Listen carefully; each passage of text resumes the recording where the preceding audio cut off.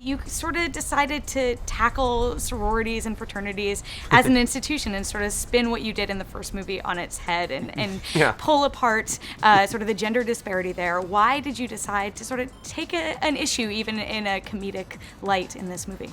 Yeah, the story, like, as we started, we kind of knew early on we wanted to be a sorority, and as we did research and discovered that sororities aren't allowed to party, which is like a real... Were you in a sorority? Or I was not. Yeah. I was not in a fraternity, so... but when we discovered that, we were like, well, that's insane. That needs to be the premise of the movie. I mean, and we literally I shot a thing where Selena Gomez looked into camera and said, no, seriously, guys, this is a real thing, because it just seemed so insane.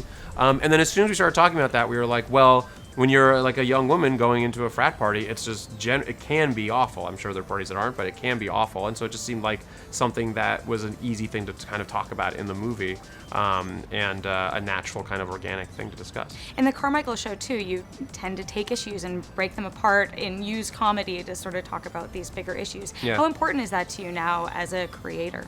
Yeah, I mean, it's always important to me to talk about, to talk about something in the movie, and I've tried to do that in all of the movies I've done, like whether like Forgetting Sarah Marshall is in a weird way about depression, like the main guy's depressed, or like Get Into the Greek is about addiction, and so I think like, and that's, I think, true of like all the movies I've done, whether you're trying to get to something like that's emotionally honest, or whether, this is kind of the most issue-oriented movie I've made, just because the story naturally led us to it.